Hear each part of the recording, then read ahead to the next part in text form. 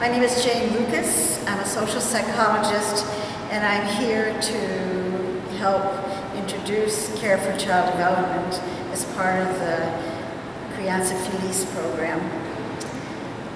We are very excited because Criança Feliz will reach a large number of the youngest children who are the most vulnerable, and care for child development is focusing on the families, what the families can do, how to strengthen the families for their children.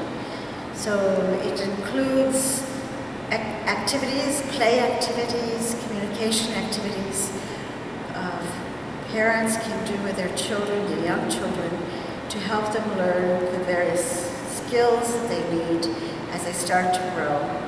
And that means starting from birth or even before birth.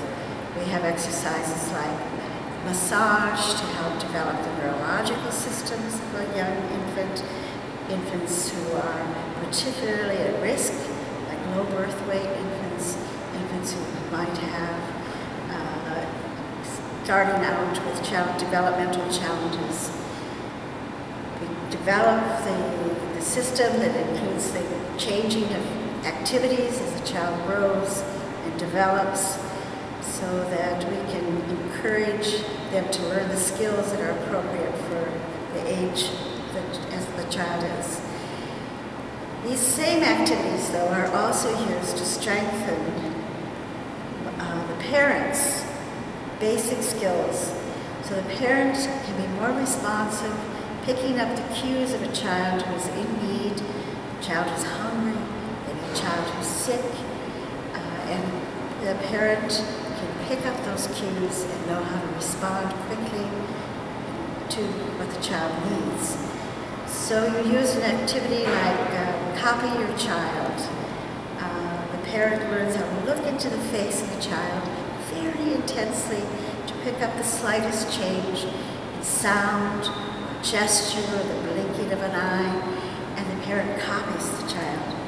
And that's an activity that the child is learning to use to learn how to communicate back and forth in a conversation. But the parent also is learning how to pay such close attention to the child that they can pick up the cues the child is giving and respond. So a simple copy your child activity is how we use these activities for the parents as well as the child.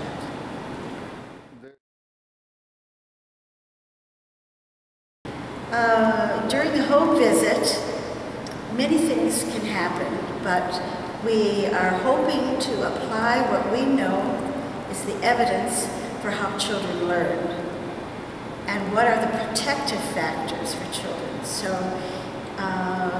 how we know how children learn, because they need to develop their neurological systems, so they have the structure in their brain and the physiological capacity to regulate attention, anger, love, all those kind of skills. So we know this by science, what kind of systems need to be challenged and supported to improve. We know how children learn from repetition, how the introduction of language, rich language at an early age, can help a child by 3 years old to know the words and the function of language and how to communicate their needs, how to respond to requests and instructions. So neurologically, the child is prepared at an early age, and as the child grows, they learn the specific skills. Most recently, there's been a lot of scientific work on the importance of caregiver skills, the parent skills. So we are focused on the sensitivity of the parent to pick up the cues and to respond appropriately. Sensitivity and response. Some people talk about it as a serve and return. The child reaches out to the parent and the parent responds. So it's the signal of what the child does and the parent responds. And a lot of science has been recently looking at questions about how this relationship of the caregiver to the child can support the healthy, happy growth of a child. So the science is being applied very directly to the interventions that we have selected to emphasize in care for child development.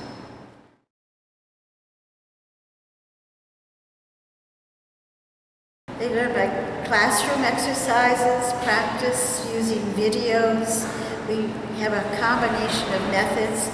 The highlight of the program is the practice in the field. So yesterday we went to homes in the community where participants in the course practiced with families.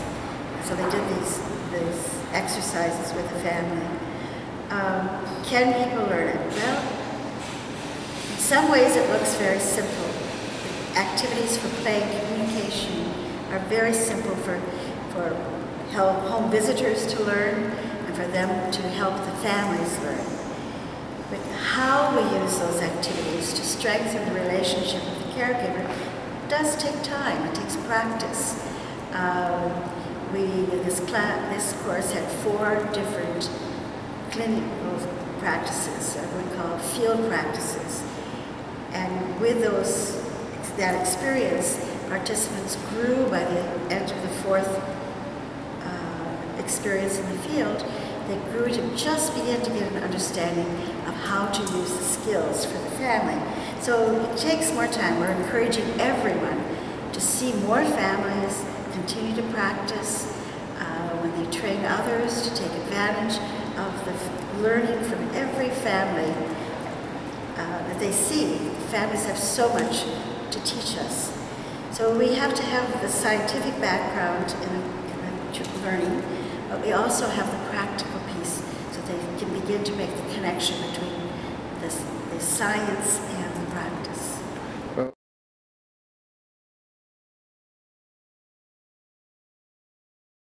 Also a motivation for the home visitor, because the home visitor has so much work to do, and it's so difficult, and the conditions are often very difficult for the families that they're working with.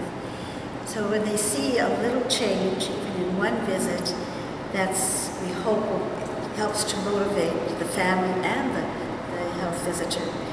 We don't always see the change, and we don't think that the change will always be permanent based on one visit. So we encourage this applying care for child development over time with the same families to strengthen them. So they do see immediate effects. Families are so happy when the participants have a chance to play, help them play with their children and see the response of the child. But we know in order to maintain that, we have to support it over time.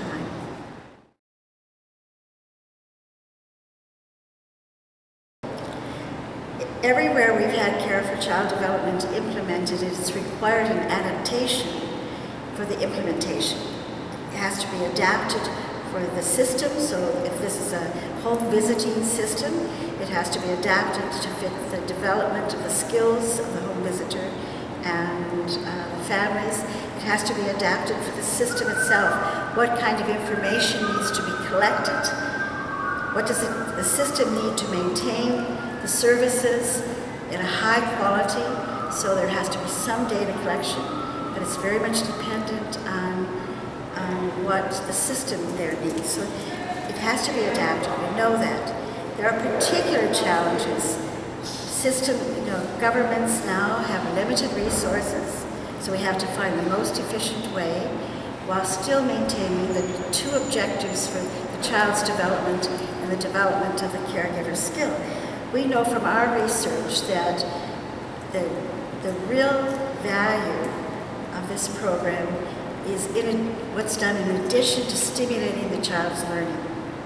The real power, where we see the most change in the immediate and future benefits for the family, occur because we're teaching caregivers how to be more sensitive and responsive.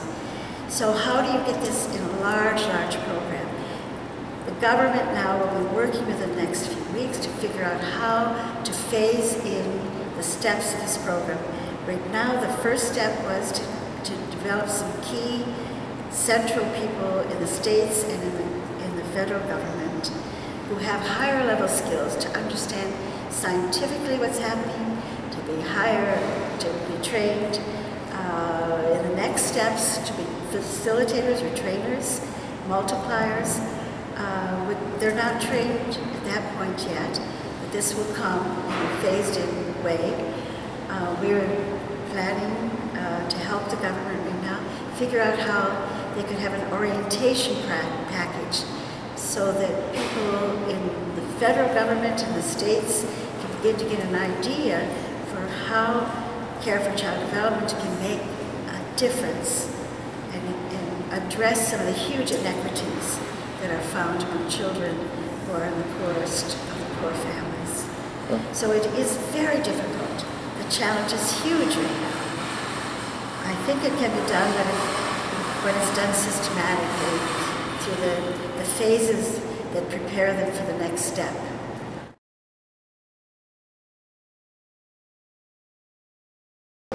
I think they're at the point they truly now understand it.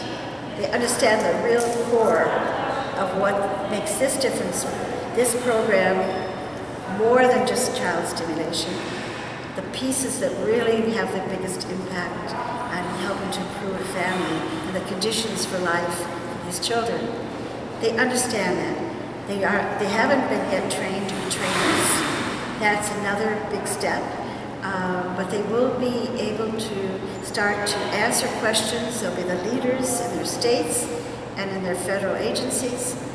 As leaders, they'll be able to answer questions about what is care for child development, how can we think about implementing it, what does the health visitor, the home visitor, need in order to carry out the approach with families.